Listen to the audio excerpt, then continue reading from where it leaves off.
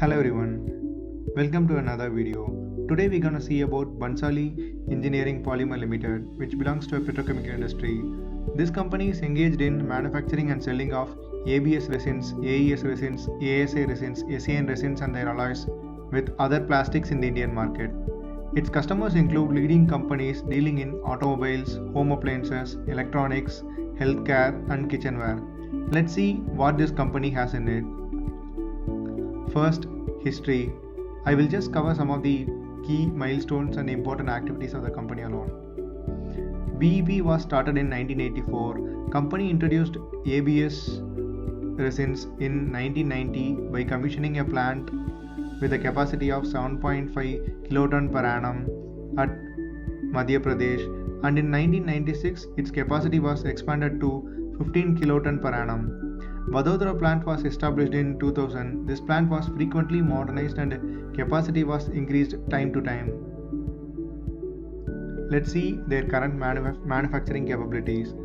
Rajasthan plant is the main plant with the capacity of 137,000 tons per annum of polymers, and Madhya Pradesh plant produces high rubber graft for backward integration and has a capacity of 15,000 tons per annum.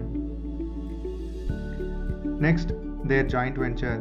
The company has entered into a joint venture with Nippon A&L and incorporated a new company called as Bansali Nippon A&L Private Limited in the year 2014, which provides sales and technical support to the company. Next is their products and services. Here we will cover a detailed analysis of their products so that we will have a clear idea about what the company produces and whether their products are having a future demand in the market or not. First, ABS, which is one of the major revenue providing product of the company.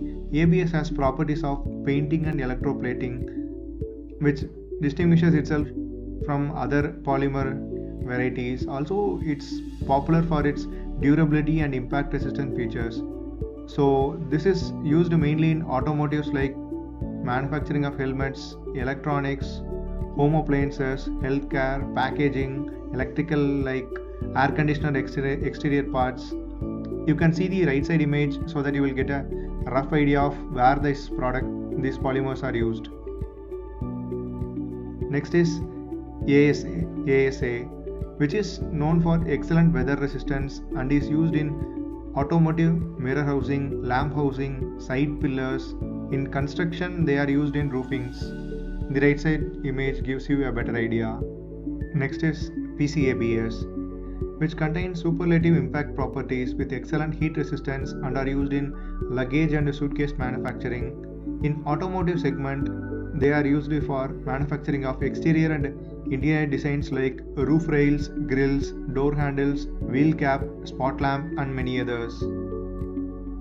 Next is their specialty segment. They also provide products in non-painting solutions, functional solutions, PVC impact modifiers, reinforced glass filled to its customers. Next is their revenue contribution. The company deals with single business segment, mainly ABS and SAN polymers with trading in styrene. ABS accounts to 71% to their total revenue, and other than plastic granules, SAN contributes the remaining 29%. Next is their research and development. The company's R&D located at Abu Road, Rajasthan, has successfully developed approximately 20 different grades of ABS for the automobile and the home appliance segment, which are currently being imported from overseas manufacturers. This will reduce the overseas dependency of the company and other Indian companies. It spent 1.2 crores in financial year 2021 for R&D as compared to 2.2 crores in the financial year 2020. This reduction is mainly due to the COVID pandemic situation. I would like to notify this major risk before we get into the financials of the company. The company has to import acrylonitrile monomer and styrene, which are the primary raw materials for the company's operation. This makes the company heavily exposed to the risk of foreign exchange fluctuations. Next is their ratios and financials. The market cap of the company is 3,145 crore and their current debt is zero which is a very good thing in this company, and their reserves in their hands is 665 crore, and the current market price of the share is 190 rupees, and their book value is 41.1 rupees. Their PE ratio stands at 7.62 and the industrial PE is 8.92, which is almost close. And their compounded profit growth for the 5 years is 83%, and their compounded sales growth for the 5 years is 19%. Return on equity for the past 5 years is 39%. Their compounded stock price for the past 5 years is 54%, and their dividend yield stands at 0.53%, and their PEG ratio, which is price to earnings to the growth ratio, stands at 0.09%. The ideal value of PEG ratio is 1. Above 1 is considered as overvalued and below 1 is considered as undervalued. This stock is undervalued. Next analysis will be on a Tamil Nadu based textile company, KPR Mills. The reason why I chose this company is that the company is in the driver's seat of exports with lot of opportunities, and currently it's exporting to around 60 countries across the globe, and over the past 5 years their profit margin also increasing. Though the stock rallied so much recently, it still remains undervalued while comparing its future growth. With this, the video ends. If you want more videos like this, subscribe to my channel and stay connected with my channel.